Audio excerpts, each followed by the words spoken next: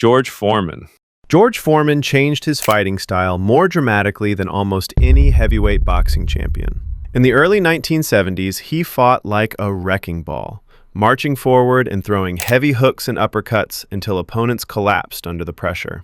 When he challenged Joe Frazier for the heavyweight championship in January 1973, Foreman knocked him down 6 times in 2 rounds to win the title.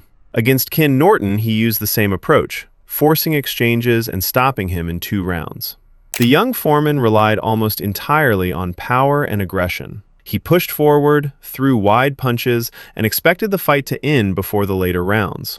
That style ran into a problem when he defended the title against Muhammad Ali in October 1974. Instead of retreating, Ali leaned against the ropes and allowed Foreman to continue attacking.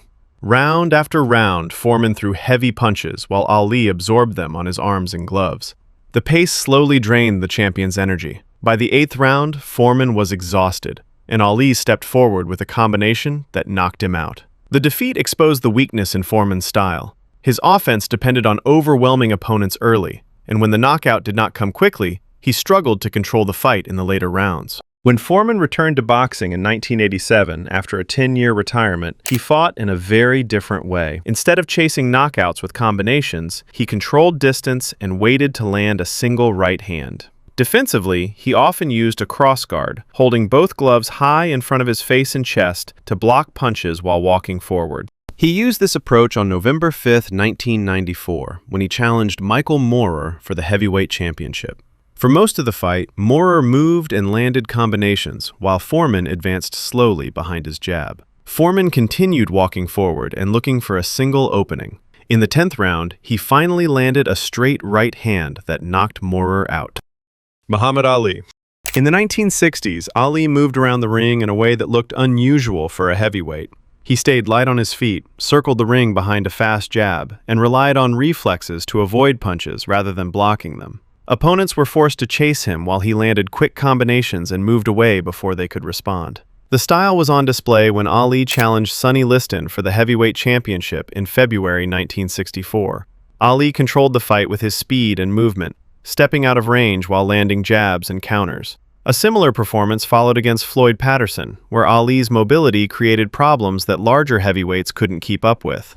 His approach depended on speed and endurance, but after his suspension from boxing between 1967 and 1970, maintaining that speed became difficult. Ali took on a new style in March 1971, when Ali fought Joe Frazier for the heavyweight championship at Madison Square Garden. Instead of constantly circling the ring, Ali spent more time along the ropes and in close exchanges as Frazier pressured forward. Over 15 rounds, Frazier repeatedly closed the distance and forced Ali to fight at a slower pace. In the final round, Frazier knocked Ali down with a left hook and won a decision. In the years that followed, Ali changed how he fought. Rather than moving constantly around the ring, he began conserving energy and fighting in shorter bursts. One of the tactics he used became known as the rope-a-dope, where Ali leaned back against the ropes, blocked punches with his arms and gloves, and waited for opponents to tire before countering. The tactic became most famous in his 1974 championship fight against George Foreman in Zaire. For several rounds, Foreman threw heavy punches, while Ali absorbed them on the ropes and waited for openings. By the 8th round, Foreman had slowed, and Ali stepped forward with a combination that knocked him out. Marco Antonio Barrera. For much of the 1990s, Marco Antonio Barrera built his reputation as one of the most aggressive fighters in the lower weight divisions. He pushed forward behind combinations and was willing to trade punches at close range, often turning fights into brawls. The approach meant Barrera absorbed a great deal of punishment. That style was on display in February 2000 when Barrera faced Erik Morales in the first fight of their rivalry. The bout became a relentless exchange of combinations and pressure from both fighters. After 12 rounds, Morales won a close decision. In the fights that followed, Barrera began to adjust his approach. Rather than forcing exchanges, he used his jab more consistently and focused on controlling distance before committing to combinations. The difference became clear in April 2001 when Barrera faced Prince Nassim Hamed for the featherweight championship in Las Vegas. Hamed entered the fight undefeated and known for his unpredictable offense. Barrera approached the bout with discipline and control, using his jab and timing to keep Hamed at range. Instead of chasing exchanges, he waited for openings and countered when Hamed attacked. Over 12 rounds, Barrera repeatedly beat Hamed to the punch and won a clear decision. Floyd Mayweather Jr. Before he became known for defensive control, Floyd Mayweather Jr. built his reputation as an aggressive, offensive fighter. Early in his career, he relied on speed, combinations, and accuracy to overwhelm opponents. Fighting under the nickname Pretty Boy, Mayweather often moved forward and threw quick combinations that produced knockdowns. He mainly used that style during his years at lightweight and super featherweight. In January 2001, he knocked Diego Corrales down multiple times before stopping him in the 10th round. And in June 2005, he dominated Arturo Gatti with sustained combinations before the fight was stopped after 6 rounds. During this period, Mayweather relied on quick combinations and sharp counters, often stepping in with fast lead punches before opponents could set their feet. Several factors gradually pushed him toward a new approach. Mayweather's hands had been prone to injury throughout his career, and throwing heavy combinations carried risks. A hand injury during his 2001 fight with Carlos Hernandez forced him to briefly place a glove on the canvas, the only knockdown of his professional career. As he moved into the welterweight division, the competition also became larger and more experienced, with opponents such as Oscar De La Hoya and Shane Mosley. Continuing to rely on aggressive offense against bigger fighters placed more strain on his hands and exposed him to greater risk of injury. By the mid-2000s, Mayweather's style had shifted toward defense and precision. Instead of pressing forward with combinations, he relied on timing and counterpunching. Using the shoulder roll defense often associated with the Philly shell, Mayweather deflected punches with his lead shoulder and gloves while waiting for openings to counter. The approach allowed him to control fights with minimal risk and land accurate single shots rather than combinations. As he defended titles at welterweight and pursued bigger purses, a defining feature of his style. Saúl Canelo Alvarez. Early in his championship career, Saúl Canelo Alvarez fought primarily as a counterpuncher. He often waited for opponents to initiate exchanges before responding with short combinations and hooks. That style allowed him to use timing and defensive awareness to land clean punches while minimizing risk. One example came in April 2013 when Canelo faced Austin Trout for the Unified Junior Middleweight Championship. Trout attempted to control the fight with movement and jabs, but Canelo spent much of the bout waiting for openings and responding with counters. Midway through the fight, Canelo dropped Trout with a counter left hand and went on to win a decision. As Canelo matured and faced stronger opponents, however, he gradually began changing how he controlled fights. Instead of remaining primarily on the back foot and countering, he began stepping forward more often and applying controlled pressure. Improved head movement allowed him to slip punches while moving into range, which created opportunities to land combinations to the body and head. By forcing opponents backward, Canelo could dictate the pace rather than waiting for openings. That adjustment was clear in September 2018 when Canelo faced Gennady Golovkin in their rematch for the middleweight championship. In their first fight, Golovkin had spent much of the bout pressing forward while Canelo moved and countered. In the rematch, Canelo fought differently, stepping toward Golovkin and meeting him in the center of the ring. Using head movement to avoid punches, he attacked with combinations and body shots while maintaining pressure. After 12 rounds, Canelo earned a majority decision, demonstrating the more forward, pressure-based style he had developed. Evander Holyfield. Evander Holyfield first gained recognition in the cruiserweight division with a fast, high-volume style built around speed and constant combinations. Fighting smaller opponents allowed Holyfield to maintain a relentless pace while moving around the ring and throwing frequent punches. That approach was visible in July 1986, when Holyfield fought Dwight Muhammad Qawi for the Cruiserweight Championship. The bout became a demanding 15-round fight, with Holyfield maintaining a high output of combinations while circling the ring. His ability to sustain that pace helped him win a close decision and establish himself as one of the leading fighters in the Cruiserweight division.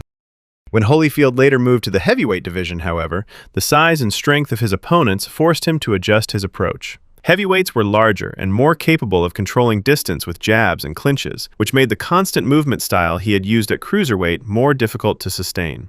Instead of relying primarily on speed and volume, Holyfield increasingly fought at closer range and engaged opponents in physical exchanges. His ability to throw short combinations while standing his ground became a key part of his success against larger fighters.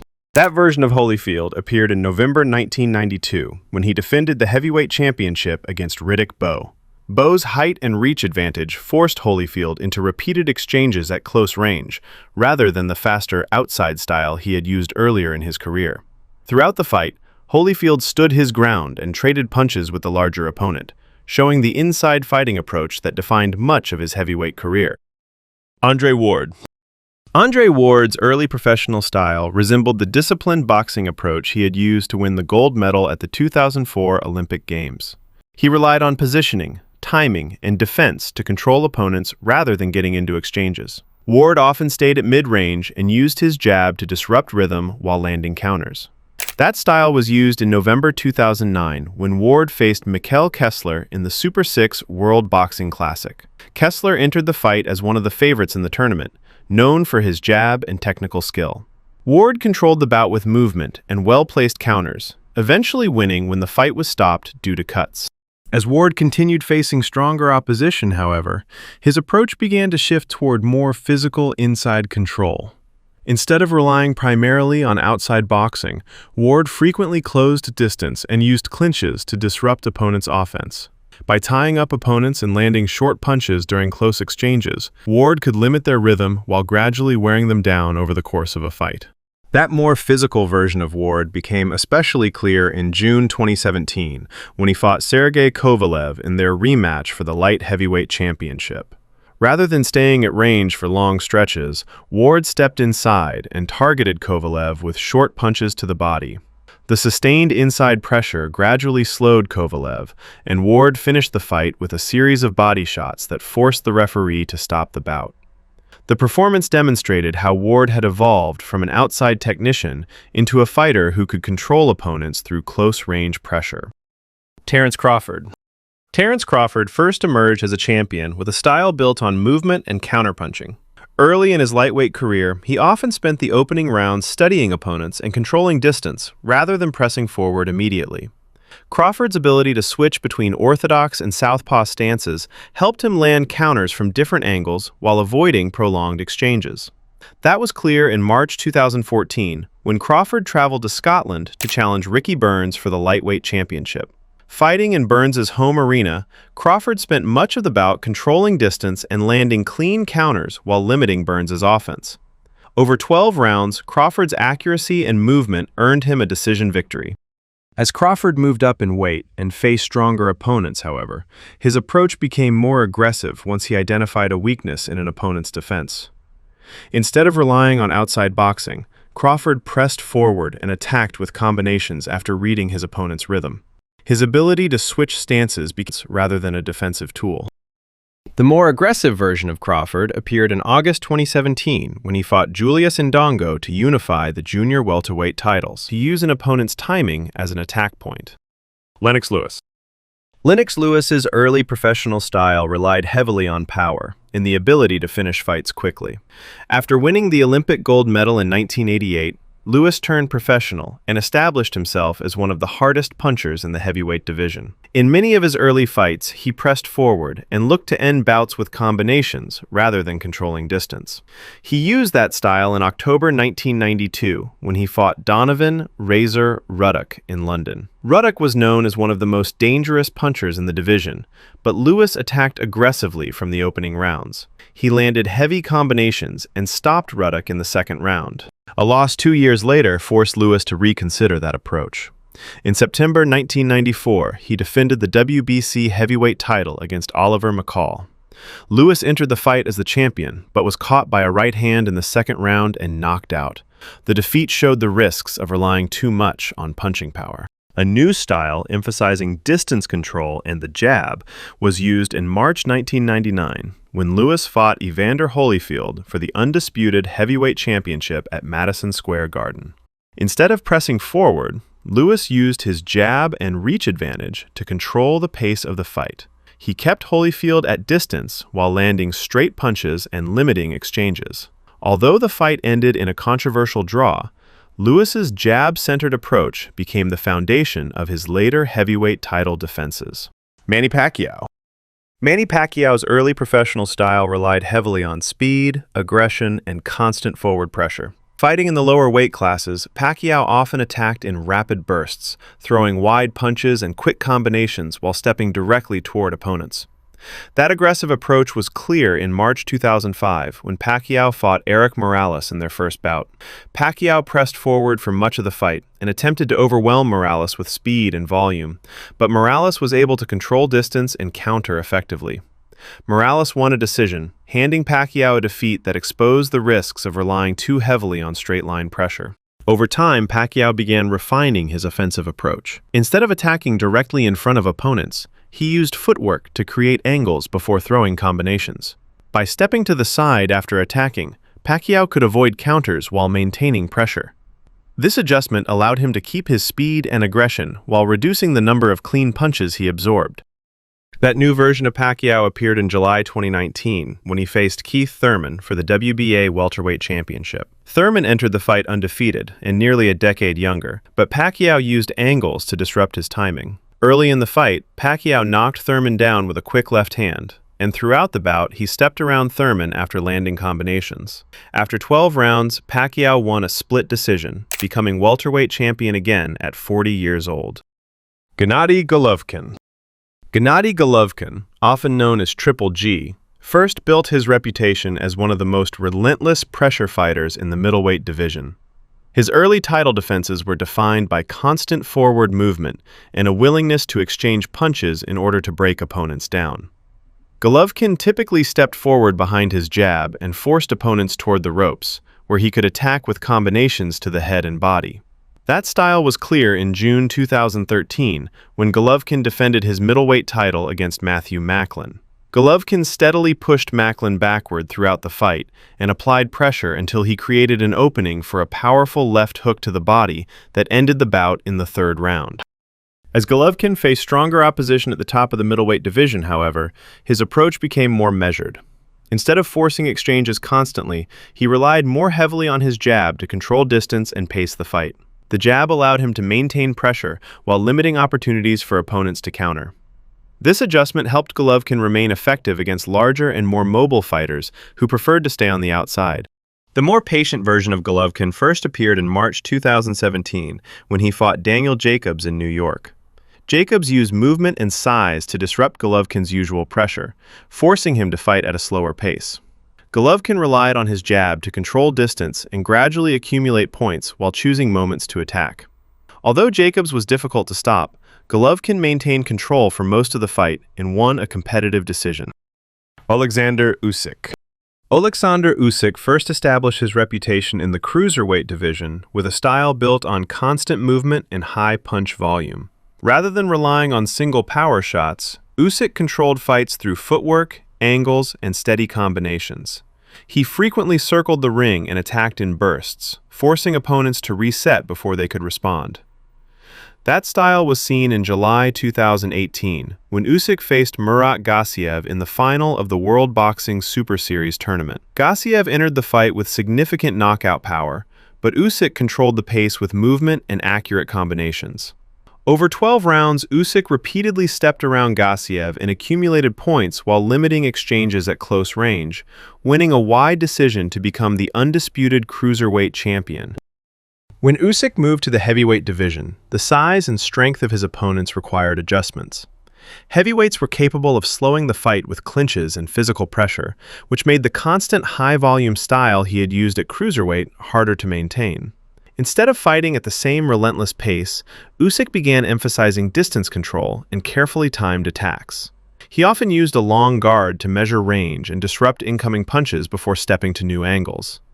His footwork remained central to his style, but he attacked in shorter bursts and then reset his position. The change became clear in September 2021 when Usyk challenged Anthony Joshua for the unified heavyweight championship. Rather than trying to overwhelm Joshua with combinations, Usyk controlled the fight through movement and positioning. He stepped around Joshua to create angles, landed precise combinations, and limited exchanges at close range.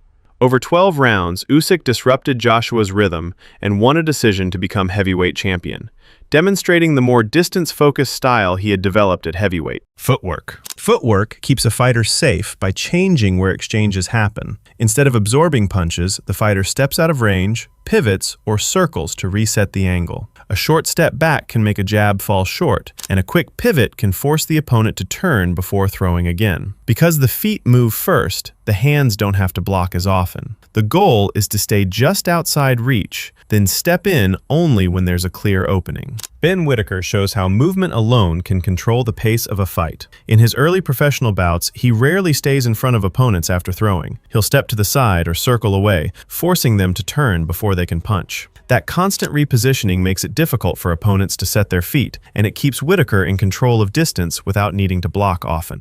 Shakur Stevenson uses tighter, more economical steps to achieve the same result. In his fight with Oscar Valdez in April 2022 in Las Vegas, Stevenson repeatedly slid just out of range after combinations. Valdez had to reset before throwing again, which slowed his offense and reduced the number of clean exchanges. Because Stevenson controlled the space between them, he could see punches earlier and avoid them without large movements. Footwork takes stamina, and if the legs slow down, it becomes easier to get trapped near the ropes. But when the timing stays sharp, strong movement limits how often a fighter needs to block because the punches fall short before they can land. Head movement. Head movement keeps a fighter safe while staying close enough to punch. Instead of stepping away, the fighter slips, rolls, or leans just outside the path of incoming shots. A small turn of the shoulders can make a jab miss by inches, and a roll under a hook keeps the head off the center line while setting up a counter. Because the fighter remains in range, head movement is often tied directly to offense. Each slip or lean creates an opening to answer immediately. Canelo Alvarez mixes subtle head movement into his defense, even when standing his ground. In his May 2021 fight with Billy Joe Saunders in Arlington, Canelo frequently made Saunders miss by leaning just enough to take his head offline, then countered to the body. Those small adjustments meant he didn't need to retreat to stay safe, and they kept him in range to control the exchanges. Mike Tyson built much of his early success around constant upper body movement. During his rise in the late 1980s, he moved his head side to side as he stepped forward,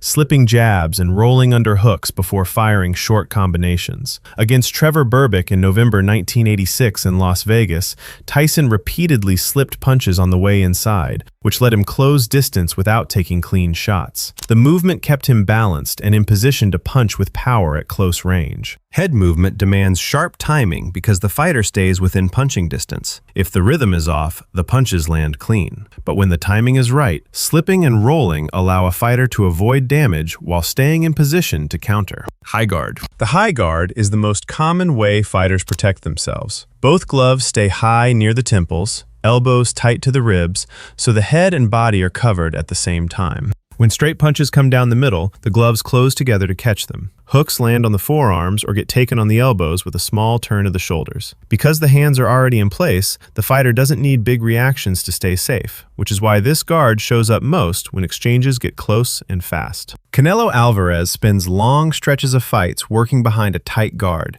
especially when opponents try to push him back. In the first bout with Gennady Golovkin in September 2017, Golovkin pumped the jab and followed with short combinations along the ropes. Many of those shots hit Canelo's gloves and arms instead of landing clean. After blocking, Canelo would step out or fire a short counter to the body. The guard let him stay calm under pressure without giving up ground. Artur Beterbiev carries his gloves just as high, but he keeps walking forward while shots land on his arms. In January 2024 against Callum Smith, Smith opened the fight throwing long combinations. Beterbiev kept his guard tight, stepped through the punches, and gradually pushed the fight into close range. Once he was inside, he could let his hands go with short hooks and uppercuts without taking clean shots on the way in. With both gloves high, side-to-side movement can be slower, and it's harder to see punches coming from wide angles. Even so, the high guard remains the safest option in heavy exchanges because it keeps everything protected while the fighter holds their ground.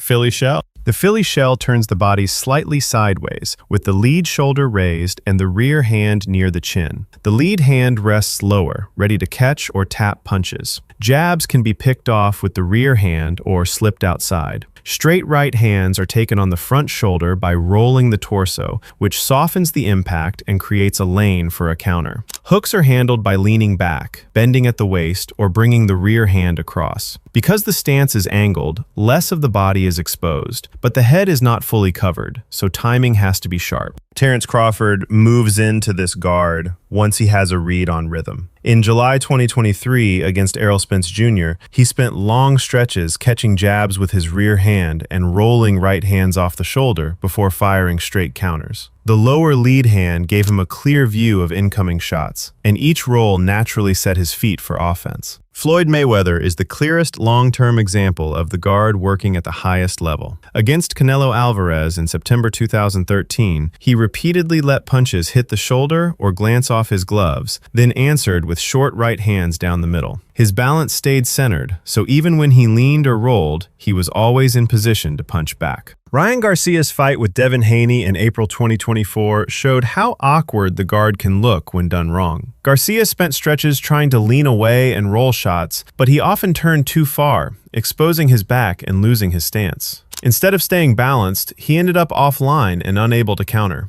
The guard only works when the shoulders, feet, and timing stay connected. Without that, it leaves openings rather than closing them. Long guard. The long guard keeps the lead hand extended in front of the body while the rear hand stays near the chin. The extended hand acts like a barrier, touching or measuring the opponent and interrupting their rhythm before punches fully develop. Jabs and right hands can be slowed or redirected by that lead hand, while the rear hand is ready to catch anything that gets through. Because the arm is already out, it also helps control distance, making it harder for opponents to step in without being felt first. Oleksandr Usyk uses the long guard constantly to manage range, especially against bigger opponents. In his first fight with Anthony Joshua in September 2021 in London, Usyk often posted his lead hand on Joshua's gloves or chest as Joshua tried to step forward. That touch disrupted Joshua's timing and gave Usyk time to pivot out to a new angle. The extended hand wasn't just defensive, it helped him dictate where the exchanges happened. Dimitri Bivol relies on the same idea when he fights at mid to long range. In May 2022 against Canelo Alvarez in Las Vegas, Bivol repeatedly kept his lead hand in front, catching jabs and preventing Canelo from closing distance cleanly. When Canelo tried to step in with combinations, he had to work around that frame first, which slowed the attack and allowed Bivol to reset his feet before throwing back. Holding the lead hand out for long stretches can be tiring, and it leaves the body more open if the opponent slips inside quickly. But when it's timed well, the long guard makes it difficult for opponents to enter range. Parrying. Parrying is a small defensive action where a punch is redirected instead of blocked. Instead of absorbing impact on the gloves, the fighter taps or guides the punch off its line with a short hand movement. The most common version is the jab parry, where the rear hand nudges the opponent's lead hand to the side. Because the movement is short, the fighter stays balanced and ready to counter immediately. Parrying works best at mid-range, where there's enough space to see the punch clearly, but still be close enough to respond. Terence Crawford uses parrying as part of his timing control once he settles into a fight. In July 2023, against Errol Spence Jr., Crawford repeatedly caught or brushed aside Spence's jab with his rear hand. Each parry left Spence slightly out of position, which opened the lane for Crawford's straight left hand. The movement was subtle, but it disrupted Spence's rhythm and made his entries less predictable. Pernell Whitaker showed how effective parrying could be when combined with reflexes and positioning. In his 1993 fight with Julio Cesar Chavez in San Antonio, Whitaker frequently picked off jabs with quick hand taps rather than covering up. Those small deflections kept him in range without absorbing clean shots, and they let him counter without resetting his stance. Against opponents who feint often, it can be risky if the fighter reacts too early. When done well, though, it's one of the cleanest ways to defend because it keeps the fighter balanced and ready to punch. Clinching. Clinching happens when a fighter ties up their opponent to stop punches from being thrown cleanly. Instead of stepping away or blocking, the fighter closes the distance and wraps an arm around the opponent's shoulders or arms, forcing the referee to step in or the action to reset. It's most common after a fighter finishes a combination or when they feel an opponent building momentum.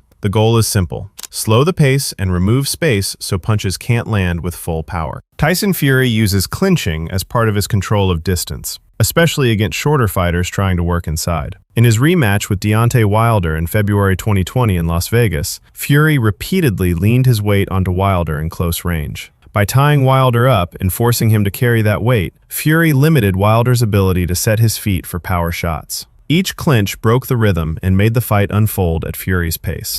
Isaac Cruz uses clinching in a more compact way during inside exchanges. When opponents try to create space after throwing, Cruz often steps in and ties up the arms briefly before resetting. In his March 2024 fight with Rolando Romero in Las Vegas, Cruz would close the distance quickly after exchanges, forcing short breaks that kept Romero from establishing longer combinations. The clinch allowed Cruz to stay close without giving his opponent time to build offense. Clinching slows the action and can frustrate opponents, but it also stops the fighter from attacking while they're tied up. When used at the right moments, it breaks momentum and resets the exchange. Pressure defense. Pressure defense happens when a fighter reduces incoming offense by staying first and staying close. Instead of stepping away or waiting to block, the fighter moves forward behind tight punches. The opponent has less room to set their feet, which limits clean shots. When the distance stays short, long combinations become harder to throw. The pressure itself becomes the defense. Artur Beterbiev shows this clearly. In January 2024, against Callum Smith in Quebec City, Beterbiev stepped forward behind a tight guard and short jabs. Smith tried to create space for longer punches, but Beterbiev kept closing the gap. Because the distance stayed short, Smith's shots often landed on arms or came off balance. The forward pressure reduced the number of clean punches Beterbiev had to defend.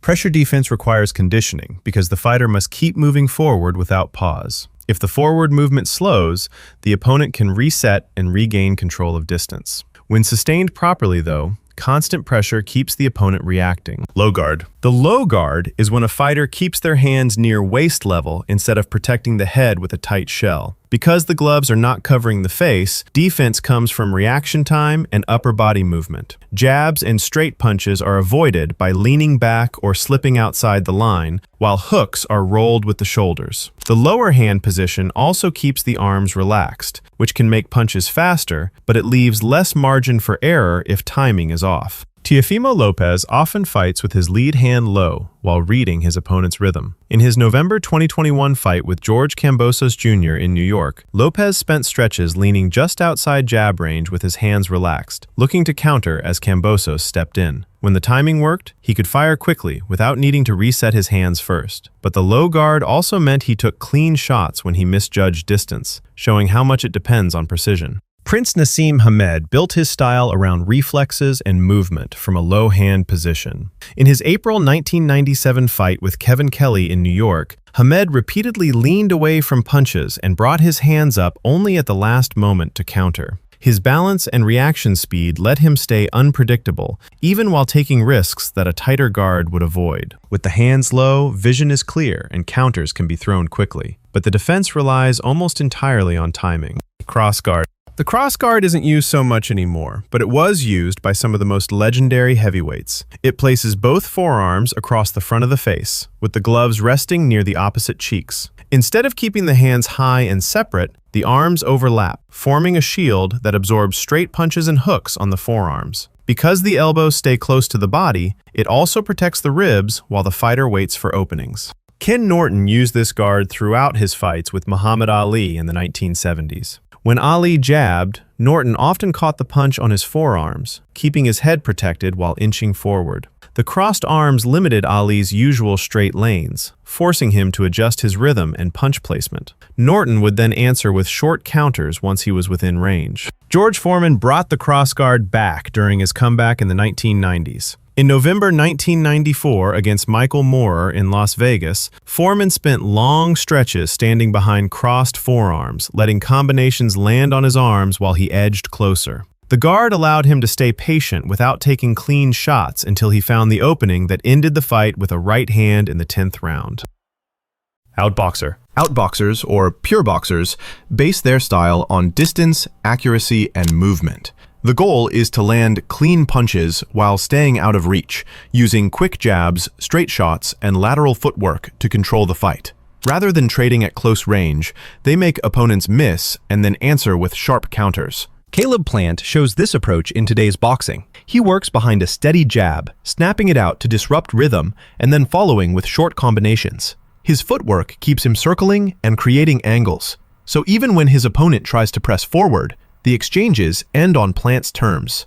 This ability to strike and exit safely is what defines the modern outboxer. Floyd Mayweather Jr. took the style to its highest level. His balance, timing, and defensive positioning made him one of the hardest fighters to hit cleanly. Mayweather used economical punch output, landing only when openings appeared, while denying opponents chances to counter. He controlled tempo through precision, not volume, forcing opponents to chase while absorbing little damage. Swarmer. Swarmers are defined by constant pressure and high punch output. Instead of waiting for openings, they close distance quickly and force the fight to stay at close range. Their aim is to overwhelm opponents with volume and intensity, taking away the space needed for careful setups or counters. This style relies on stamina and toughness, since swarmers must keep advancing even when they take punches in return. Mike Tyson is the most famous example of a swarmer at heavyweight. Using a compact bob and weave, he slipped incoming punches as he moved forward, then attacked with explosive hooks and uppercuts. Tyson's pressure was immediate from the opening bell, cutting off the ring and giving opponents little time to think or reset. His ability to stay low, close distance, and strike in short bursts made him one of the most dangerous inside fighters in history. Naoya Inoue demonstrates how the swarmer style works in the lighter divisions. He presses forward behind fast combinations. He shows how swarmers win through relentless aggression and controlled chaos. Counterpuncher. Counterpunchers build their style around timing and anticipation. Instead of leading, they wait for the opponent to make the first move, then exploit the opening with precise counters. This requires sharp reflexes and the ability to read patterns in an opponent's rhythm. The advantage of counterpunching is efficiency, landing clean, damaging shots while making the other fighter pay for aggression. Canelo Alvarez is a clear example of a modern counterpuncher. He uses subtle head movement and slips to create small openings, then answers with fast, powerful hooks and uppercuts. Canelo is patient, often letting opponents throw combinations that glance off his guard or miss entirely, before punishing them with a single well-timed counter. His knockouts of fighters who overextended themselves show how dangerous this style can be when combined with power. Gervonta Tank Davis uses a different but equally effective version of counterpunching. He often starts slowly, studying his opponent's rhythm while staying defensively responsible. Once he identifies a pattern, he unleashes explosive counters, usually with his left hand. His knockout of Leo Santa Cruz with a single uppercut as Santa Cruz overcommitted is one of the clearest examples. Davis shows how counterpunchers can control fights through patience, timing, and sudden bursts of power. Slugger. Sluggers rely on raw power and heavy punches to overwhelm opponents. Unlike outboxers, who depend on movement and precision, sluggers aim to end fights early by landing damaging shots. Their strategy is straightforward: trade accuracy and defense for knockout potential. This makes them dangerous at any moment, since a single clean punch can change the outcome of a fight. David Benavidez is a modern fighter who fits the slugger description. He overwhelms opponents with aggressive combinations, often standing in range and throwing with full power. Benavidez is less concerned with conserving energy or avoiding counters, trusting his strength and durability to carry him through exchanges. His ability to break down fighters with steady, punishing offense shows how the slugger approach can dominate over multiple rounds. Anthony Joshua demonstrated a similar style in the early part of his career. As a heavyweight with significant size and strength, he focused on controlling opponents with his jab before unleashing powerful right hands and uppercuts. Many of his early wins ended in knockouts within the first half of fights, reflecting his emphasis on decisive punching. Joshua's reliance on power made him a classic modern slugger, capable of ending contests suddenly when openings appeared. Boxer puncher. Boxer punchers combine the technical skills of an outboxer with the power of a slugger. This style is versatile, allowing the fighter to adapt depending on the opponent. They can work at long range using the jab, but they can also step inside to exchange and rely on power to finish fights. The strength of a boxer puncher lies in balance. They can switch between defense and offense, speed and power, depending on what the situation requires. Manny Pacquiao is one of the clearest examples of a boxer puncher. He used his southpaw stance, foot speed, and fast combinations to control range, but he also had explosive power that could end fights suddenly. Pacquiao's ability to dart in with quick flurries and then pivot away kept opponents guessing. His knockdowns and knockouts across multiple weight classes show how he could rely equally on skill and aggression. Errol Spence Jr. represents the same style in a modern form. He works behind a strong jab and steady fundamentals, but he also breaks opponents down with heavy body shots and accurate straight punches. Spence is patient and methodical, keeping fights under control until he finds the right moment to increase pressure. His balance of technical skill and power makes him a classic boxer-puncher who can adjust to any opponent's strengths. Switch hitter. Switch hitters are fighters who can operate effectively from both orthodox and southpaw stances. This ability creates strategic advantages by forcing opponents to adjust to different angles and punch trajectories.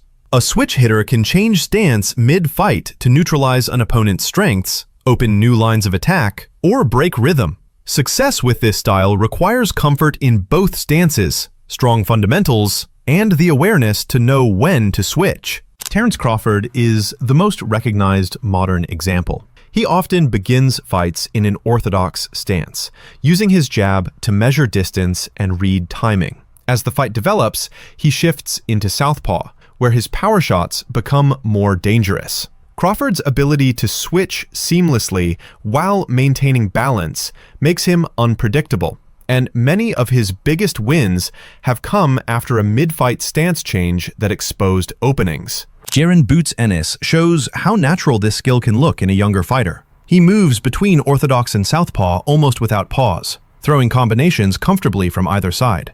Ennis uses stance switches not only to attack, but also to defend, stepping away from danger while creating new angles for counters. His fluidity demonstrates the potential of a true switch hitter to control pace and confuse opponents at every range. Defensive specialist. Defensive specialists focus on avoiding damage while patiently creating opportunities to score. Their style is built on head movement, footwork, and precise positioning. The goal is to make opponents miss, frustrate them, and gradually take control as openings appear. This approach requires patience and discipline, as defensive fighters often throw fewer punches, relying instead on efficiency and accuracy. Pernell Whitaker is one of the best-known defensive fighters in boxing history. His head movement and footwork allowed him to slip, duck, and pivot away from punches with ease.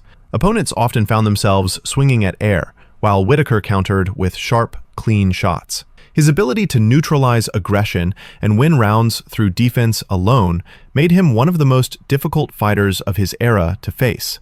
Andre Ward showed a more modern version of the defensive style. He used excellent timing, positioning, and clinching to limit his opponent's offense.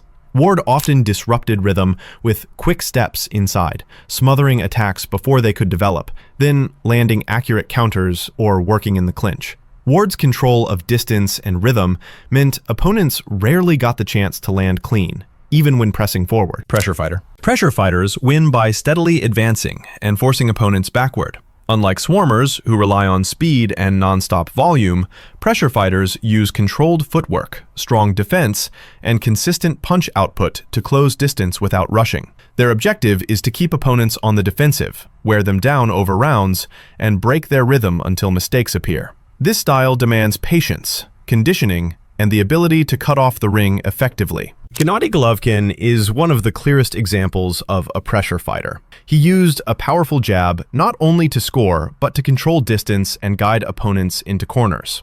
Once an opponent's movement was restricted, Golovkin followed with heavy combinations to head and body, applying steady pressure until resistance faded. His durability and balance allowed him to continue advancing regardless of what was coming back. Dmitry Bivol demonstrates a more modern version of pressure. He advances behind tight defense, using subtle steps to close range and limit his opponent's movement. Bivol maintains a high work rate without overcommitting, keeping opponents occupied and unable to mount sustained offense. His ability to control the pace of a fight while applying steady, calculated pressure shows how this style can neutralize even aggressive punchers. Spoiler. Spoilers win by disrupting rhythm and making fights uncomfortable. Instead of relying on clean technique or high output, they use clinching, awkward angles, and rough tactics to prevent opponents from fighting at their preferred pace. The strategy is to frustrate, slow the action, and neutralize advantages, even if it means sacrificing style for effectiveness. A spoiler's success comes from controlling tempo and limiting exchanges, forcing the fight to be decided on their terms. Shawn Porter is a clear example of this approach. His aggressive, mauling style often involved rushing forward, crowding space, and tying up opponents on the inside. Porter forced brawls at close range, where he could lean, push, and throw short punches.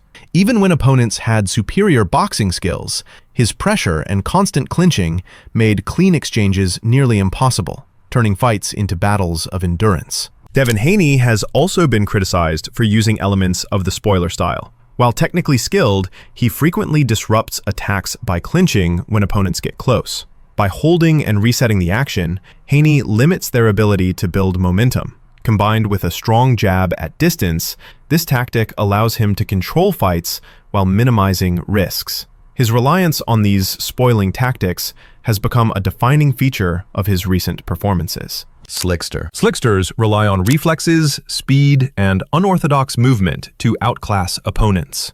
Unlike defensive specialists who depend on structure and positioning, slicksters often rely on natural athleticism and instincts. They use flashy counters, quick head movement, and unpredictable angles to make opponents miss while landing eye-catching shots of their own. The style is difficult to prepare for because it thrives on improvisation rather than textbook fundamentals. Roy Jones Jr. is one of the most famous slicksters in boxing history. He fought with his hands low, relying on his reflexes to avoid punches and counter with explosive speed. Jones used feints, sudden shifts in stance, and unorthodox combinations that left opponents unbalanced and unable to adjust. His success came from breaking traditional rules and using raw athletic ability to dominate opponents who were more technically conventional. Teofimo Lopez carries this style into the modern era. He mixes sharp reflexes with sudden, powerful counters, often using head movement to bait attacks before firing back with hooks or uppercuts.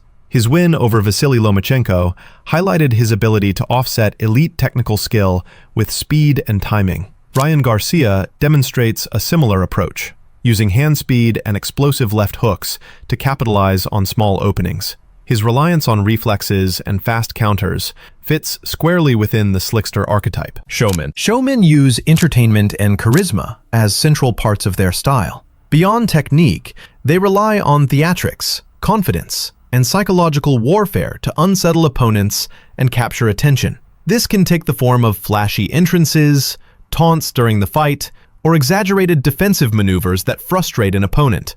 The effectiveness of the showman style comes not only from skill, but from forcing fights to be contested on a stage where distraction and spectacle matter as much as clean punches. Tyson Fury is the most prominent modern example. At heavyweight, he combines boxing ability with an unpredictable personality that affects opponents before the opening bell. Fury's ring entrances, constant movement, and willingness to switch tactics mid-fight create an atmosphere of unpredictability. He uses feints, trash talk, and showmanship to break focus, making fighters more likely to commit mistakes he can exploit with counters. Prince Naseem Hamed exemplified the showman archetype in the lighter divisions. Known for acrobatic ring walks and flamboyant antics, he brought attention to himself before throwing a single punch. In the ring, he relied on unorthodox angles, hands-down defense, and sudden knockout power, often taunting opponents while dodging their shots. His ability to blend entertainment with effectiveness made him one of the most memorable performers in modern boxing. Slick technician. Slick technicians rely on precision, efficiency, and control rather than risk or raw aggression. Their style is built on fundamentals, tight defense, sharp jabs, and constant adjustments to maintain the advantage. They aim to win rounds cleanly by landing accurate punches while avoiding unnecessary exchanges. Slick technicians rarely get drawn into brawls.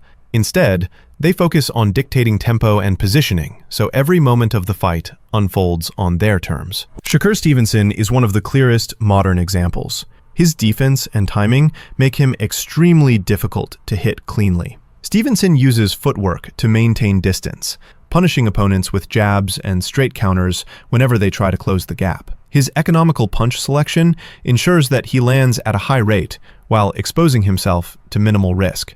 This disciplined approach allows him to control fights from start to finish, without relying on knockout power. Oleksandr Usyk applies the slick technician style at heavyweight. He uses constant feints, angles, and quick footwork to outmaneuver larger opponents. Usyk's ability to throw combinations from unexpected positions while staying defensively responsible makes him unique in the division. Against power punchers, he neutralizes their offense by never being in the same place twice, relying on timing and skill rather than size or strength. American boxing. American boxing is defined by adaptability, defensive mastery, and ring intelligence. The United States is too large and diverse for a single uniform style, but the country has consistently produced fighters who can adjust on the fly while maintaining precision and control. At its core, the American approach emphasizes rhythm, footwork, and evasiveness. Terence Crawford represents this modern interpretation. As a switch hitter, he can fight from either stance, adjusting to whatever an opponent shows him. His success comes from reading subtle cues, controlling distance with his jab, and setting traps that lead opponents into mistakes. Crawford's method reflects the American tendency to blend slick defense with calculated offense, always prioritizing accuracy and timing over raw power. The lineage of this style can be traced back to Floyd Mayweather Jr., who perfected the shoulder roll and made the concept of hit and not get hit a central feature of American boxing identity. Mayweather's mastery of the Philly shell, where the lead shoulder deflects punches while keeping the body compact, was built on minimal movement, maximum efficiency, and the ability to counter with speed and precision. This approach showed that boxing could be a science of inches, rewarding fighters who could think as fast as they move. American gyms, from Detroit's Kronk to Mayweather's Las Vegas compound, forged this culture under conditions of high-level sparring and entertainment-driven market. Fighters were expected not just to survive against elite opposition, but to perform in a way that drew crowds. That environment produced a style rooted in patience, defensive sharpness, and constant adaptation. Mexican boxing. Mexican boxing is defined by relentless pressure, body punching, and a willingness to absorb shots in order to land harder ones of their own. It is a style built in crowded gyms where sparring wars shape fighters from a young age, often before they reach their 20s. Canelo Alvarez represents the modern evolution of this approach. While he still carries the hallmarks of Mexican aggression, his style is more refined. He stays patient behind a tight guard, slipping punches at close range before delivering counters to the head and body. His ability to move forward under fire, maintain balance, and punish opponents with compact combinations shows how the Mexican school has adapted to elite international competition without losing its trademark toughness. The classic model of Mexican boxing is Julio Cesar Chavez. Chavez embodied forward momentum, cutting off the ring and driving opponents to the ropes with constant pressure. His left hook to the liver became a signature weapon, breaking down even the most durable fighters over time. Chavez showed how a steady body attack, combined with an iron chin and refusal to back up, could dismantle slicker, technically polished boxers. This approach became a template for generations of Mexican fighters. What separates the Mexican style is not just technique, but culture. Mexican fans reward aggression and heart, and fighters are taught to match that expectation. Defense is present, but it exists to keep the attack flowing rather than to avoid engagement. From the classic body-ripping pressure of Chavez to the calculated counterpunching of Canelo, Mexican boxing remains defined by the ability to walk through fire and impose will at close range. Filipino boxing. Filipino boxing is marked by speed, awkward movement, and a willingness to throw from unorthodox angles. Fighters are often developed in hot, cramped gyms where sparring is the primary teacher, forcing them to learn how to attack with volume while staying unpredictable. Manny Pacquiao embodies this style. His footwork is erratic but effective, darting in and out with sudden bursts that opponents struggle to time. Pacquiao's offense relies on flurries of straight punches delivered from unusual trajectory, overwhelming opponents before they can reset. His success demonstrates how the Filipino approach values activity and surprise as much as textbook technique. Nonito Donaire represents another dimension of the same school. Where Pacquiao overwhelms with speed and output, Donaire relies on timing and counterpunching, using his left hook to punish openings created by aggressive exchanges. Both fighters show the same foundation, a focus on lead hand attacks, quick pivots, and stamina that allows them to maintain pace across 12 rounds. Filipino boxing produces fighters who appear reckless at times, but their awkward rhythm is deliberate, designed to keep opponents off balance. The roots of this style lie in environment and necessity. Many Filipino fighters come from backgrounds where boxing is a path out of poverty, and training conditions emphasize grit as much as form.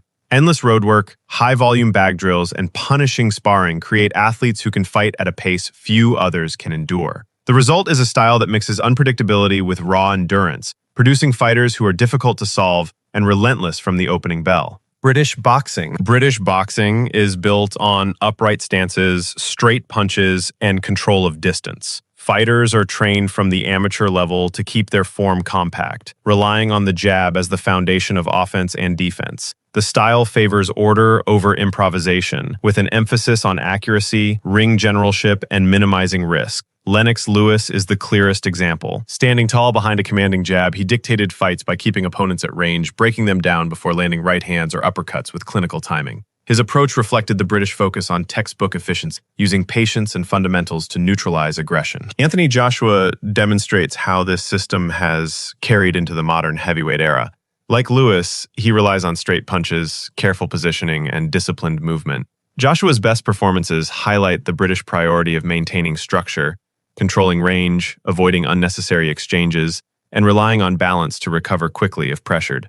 While not as flamboyant as other national styles, the British school produces fighters who are technically reliable and fundamentally sound. This approach reflects the culture of British boxing gyms, where discipline is stressed and showboating is often discouraged. Fighters are drilled on the basics: jab, cross, pivot, and guard, until precision becomes automatic. The goal is to win by control rather than chaos, proving mastery through steady, calculated application of fundamentals. Cuban boxing. Cuban boxing is defined by footwork, defensive mastery, and point scoring. Built within an amateur system that prioritizes precision over knockouts, it produces fighters who move fluidly while keeping risk to a minimum. Guillermo Rigondeaux is the clearest modern representative. He fights off the back foot, slipping punches with subtle head movement and punishing openings with sharp counters. His style shows how Cuban boxing turns defense into offense, forcing opponents to overcommit and then making them pay with clean, efficient punches. The style shows Teofilo Stevenson represents the classic amateur mold that shaped this. As a three-time Olympic gold medalist, he dominated with balance, impeccable timing, and the ability to land without absorbing return fire. Stevenson's style emphasized what the Cuban program valued most: flawless fundamentals and composure under pressure. Both Rigondeaux and Stevenson demonstrate how the Cuban approach reduces boxing to its purest form, hitting while avoiding being hit. The Cuban system was influenced by Soviet methods but added its own rhythm and creativity. Fighters train with endless footwork drills, sparring sessions designed to sharpen reflexes, and strict coaching that eliminates wasted motion. What emerges is a style that blends technical discipline with natural fluidity, producing fighters who seem to glide around the ring while controlling every exchange. Soviet boxing. Soviet boxing was engineered within the USSR's state-run sports system, emphasizing structure and efficiency over improvisation. Fighters were taught to manage distance through constant footwork, most notably the pendulum step, a rhythmic bounce that allowed quick retreats, lateral movement, and explosive entry. Vasily Lomachenko is a modern expression of this method. His style uses angles and pivots to turn opponents, landing punches while staying out of position to be countered. Every movement is measured, reducing risk while maximizing output. Oleksandr Usyk shows how the same principles scale to heavyweight. He controls range with a probing jab, frustrates bigger opponents with constant shifts, and picks moments to unleash straight punches in combination. Both fighters demonstrate the Soviet emphasis on breaking rhythm, dictating pace, and creating a controlled, safe zone in the ring. The system was designed around Olympic scoring, where clean punches mattered more than knockouts. Coaches drilled fundamentals and mental discipline, building fighters who treat boxing like a strategic contest rather than a brawl. At its core, the Soviet style is about using movement and timing to win exchanges without exposing openings. Japanese boxing. Japanese boxing emphasizes discipline, compact technique, and relentless forward pressure. Fighters are trained to stay balanced, using straight punches and tight guards rather than looping shots. Naoya Inoue represents the modern form of this style. His success comes from explosive timing, stepping in with jabs and straights that land clean before an opponent can react. He applies steady pressure without overextending, breaking opponents down with precision and body attacks. Fighting Harada illustrates the earlier generation's approach. Known for his high punch volume and stamina, Harada kept opponents under constant fire. His rhythm came from in-and-out footwork, paired with short bursts of combinations that never allowed space to reset. The Japanese school prizes consistency, composure. Fighters are drilled to maintain form through repetition, ensuring every punch looks the same in the 12th round as it did in the first. Training also emphasizes endurance, producing boxers who can sustain a frantic pace without fading. The result is a style built on structure and pressure, where technical sharpness and sheer work rate combine to overwhelm.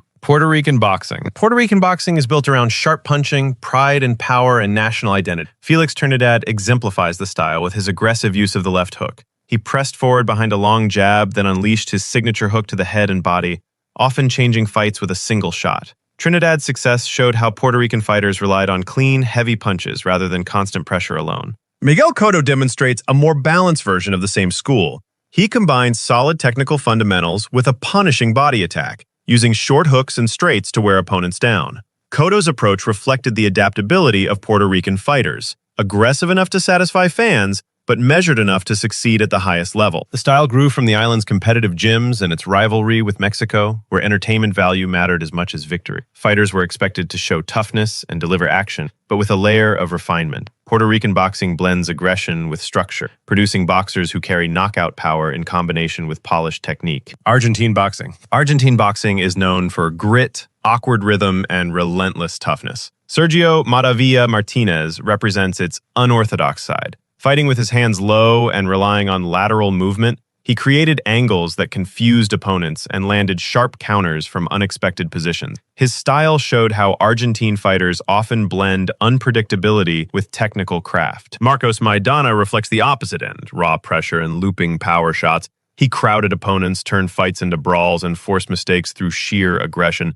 Though less polished, his relentlessness wore down even elite opponents. The Argentine school grows out of a culture of rugged gym wars and limited resources, producing fighters who learn to adapt and survive through toughness. Whether it's Martinez's slick counters or Maidana's storming pressure, the national style is defined by awkward timing, durability, and the ability to impose will through unorthodox means. Thai boxing. Thailand's approach to Western boxing borrows discipline and rhythm from Muay Thai, while adapting to the ring's demands. Kaosai Galaxy embodied this style in the 1980s. Fighting from a southpaw stance, he applied steady pressure behind a stiff jab, then punished opponents with a crushing left hand. His balance and conditioning, shaped by Muay Thai roots, made him nearly impossible to push back. Srisaket Sor Rungvisai carries the same traits in the modern era. Known for his heavy left hand and rugged pressure, he overwhelms opponents with pace and toughness. His style relies less on finesse and more on endurance, forcing rivals into drawn-out exchanges where his power eventually breaks them down. Thai fighters are trained to be durable and disciplined, with roadwork and conditioning forming the base of their preparation.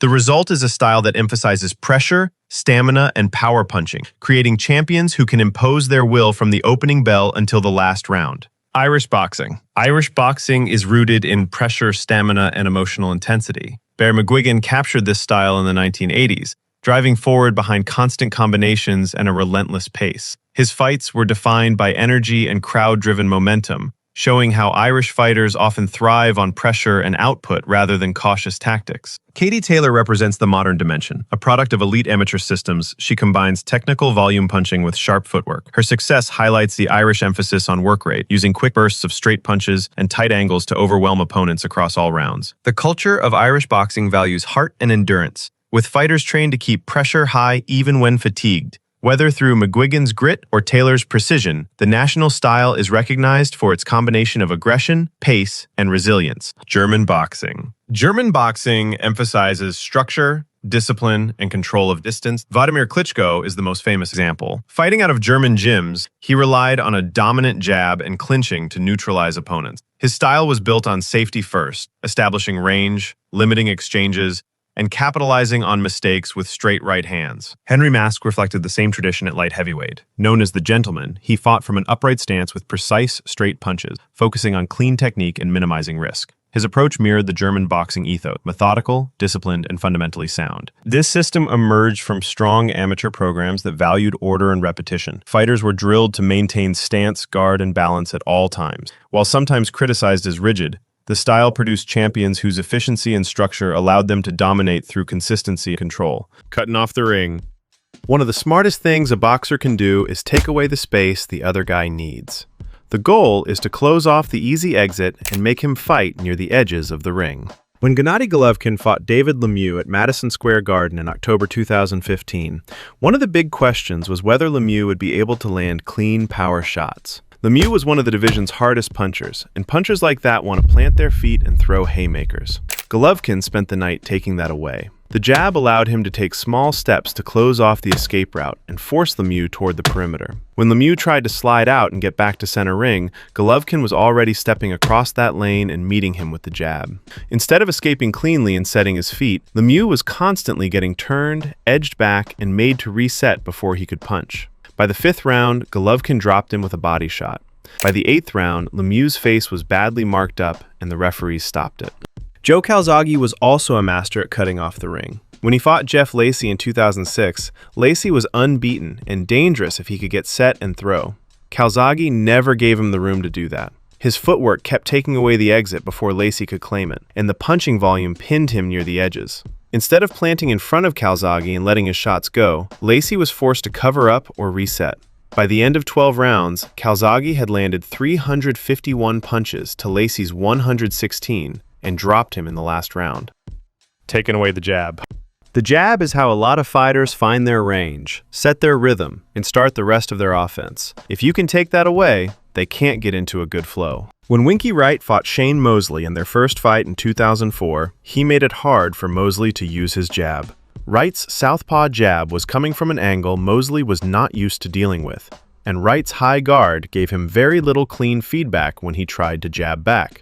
Instead of finding a clear lane, Mosley was touching gloves and guard. That made it harder for him to find range with his jab and start his offense the way he normally did. Without that first punch working cleanly, the combinations Mosley used came slower and with less rhythm.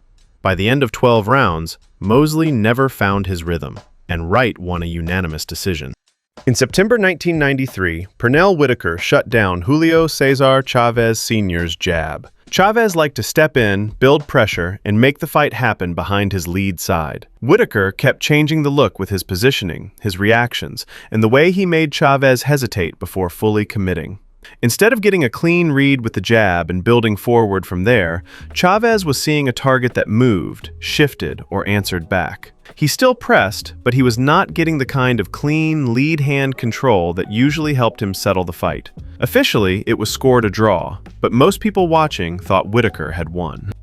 When Tyson Fury fought Vladimir Klitschko in 2015, he never let one of boxing's best jabs get going. Klitschko had spent years controlling fights with that lead hand, using it to measure range, keep opponents outside, and line up the right hand behind it. Fury kept switching looks, feinting, changing rhythm, and beating Klitschko to the punch before he could settle in. Klitschko never got comfortable fencing with the jab the way he usually did, and without that, the rest of his offense stayed stuck.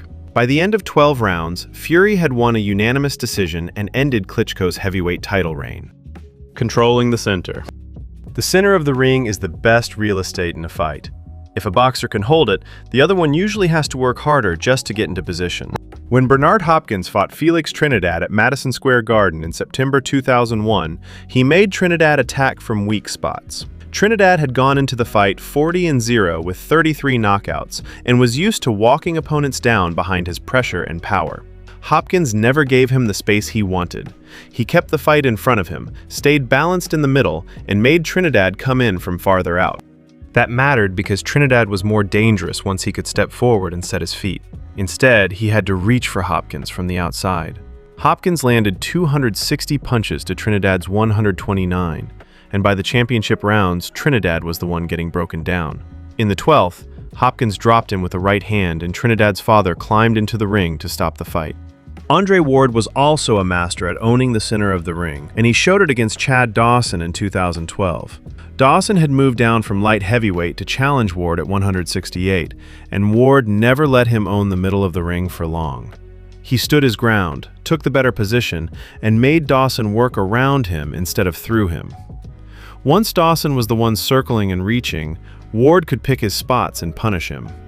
Ward dropped Dawson late in the 3rd, again in the 4th, and finished him in the 10th after another hard sequence had him backing up and out of answers. Against Oscar Valdez in 2022, Shakur Stevenson showed how to hold the center and made Valdez work from the outside.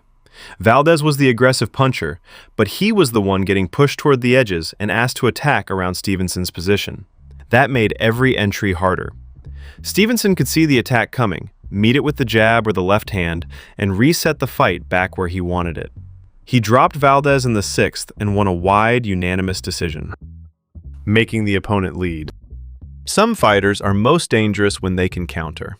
The trick is getting the other man to start the exchange for you. When Juan Manuel Marquez fought Manny Pacquiao for the 4th time in 2012, he wanted Pacquiao to go first. Pacquiao was faster, busier, and more likely to jump in with combinations, which meant Marquez could get the reads he needed if he stayed patient. He was looking for the same thing all night. Pacquiao stepping in hard enough to give him a lane for the counter right hand. Marquez scored a knockdown in the 3rd. Pacquiao dropped him in the 5th. Then, late in the 6th, Pacquiao came forward again. Marquez timed the shot perfectly, and the right hand landed flush. Pacquiao went face first into the canvas and stayed there. That finish worked because Marquez had spent the fight getting Pacquiao to lead and paying close attention to what came with it. Guillermo Rigondeaux was outstanding at making the opponent lead. When he fought Nonito Donaire in 2013, he made Donaire reach first.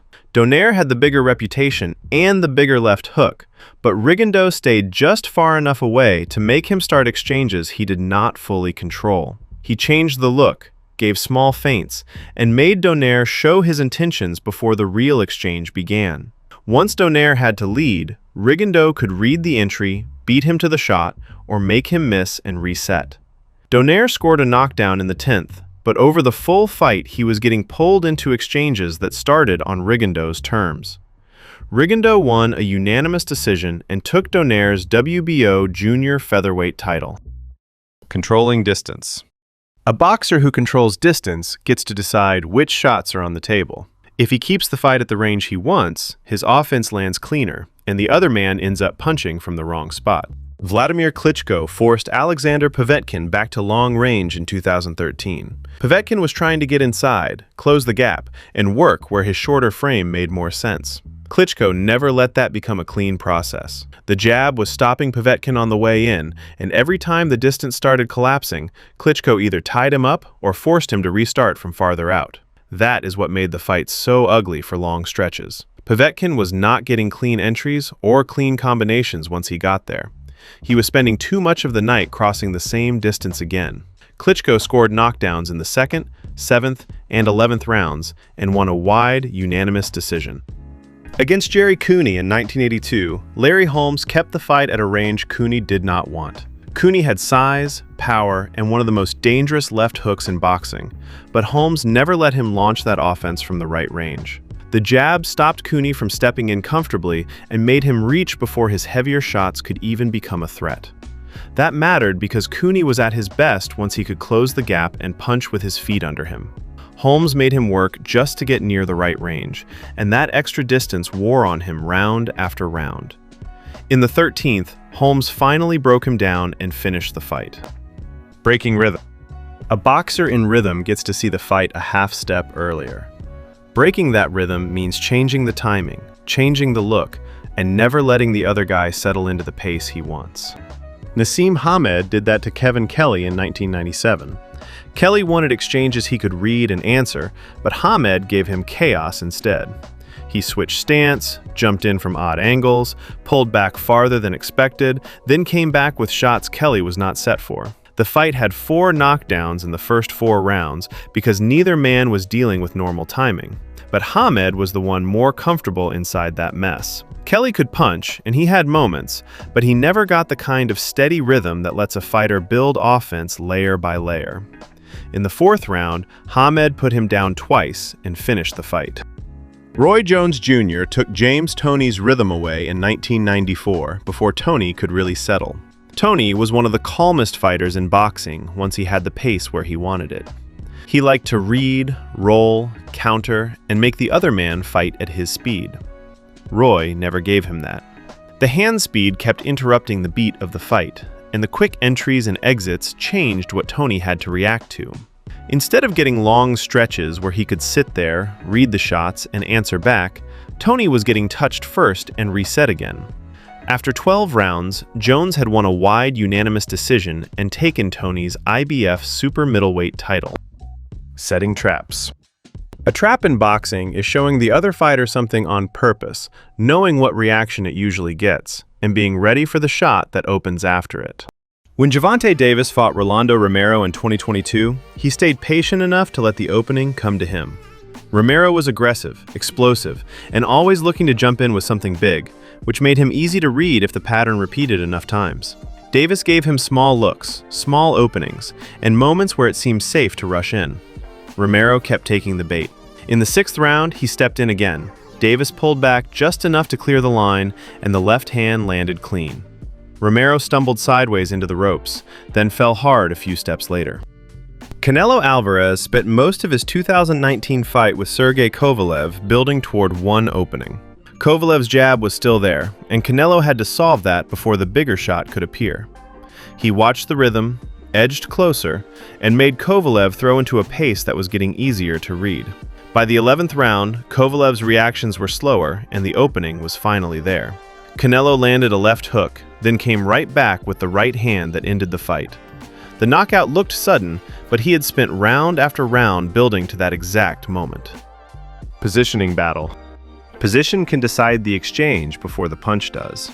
Feet, shoulders, and angle control decide who gets lined up first, who has to turn, and who ends up punching from the better position.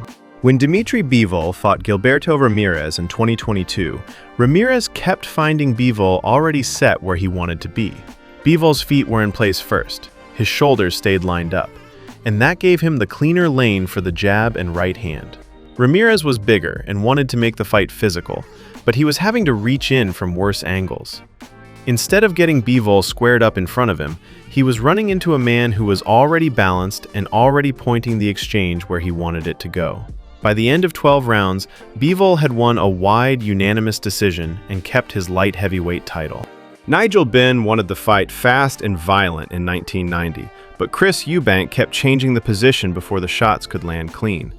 Benn was explosive early and was trying to crash into exchanges, but Eubank kept shifting the line just enough to spoil the angle. Even when the fight got wild, that battle was deciding who got the better of the exchange. One man was set and the other was reaching. One man was balanced and the other was falling in. One man had the straighter lane and the other had to recover before throwing again.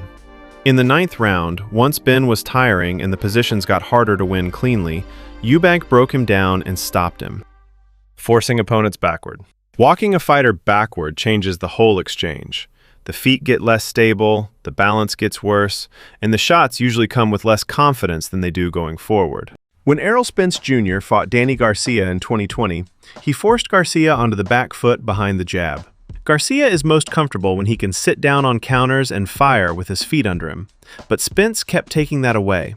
The jab was putting Garcia in retreat, and once he was backing up, Spence could start layering in the straight left and body work. Garcia was still dangerous, but too much of the fight was happening while he was moving the wrong way.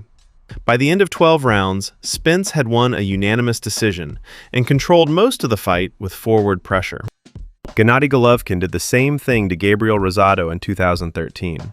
Rosado was tough and willing, but Golovkin marched him backward until almost every exchange was happening on retreat. Rosado was taking shots while trying to reset his feet instead of planting and punching back cleanly. Golovkin's jab kept the pressure on, and the right hand kept landing once Rosado ran out of room to give. By the 7th round, Rosado's face was badly swollen and cut, and his corner stopped the fight before the 8th.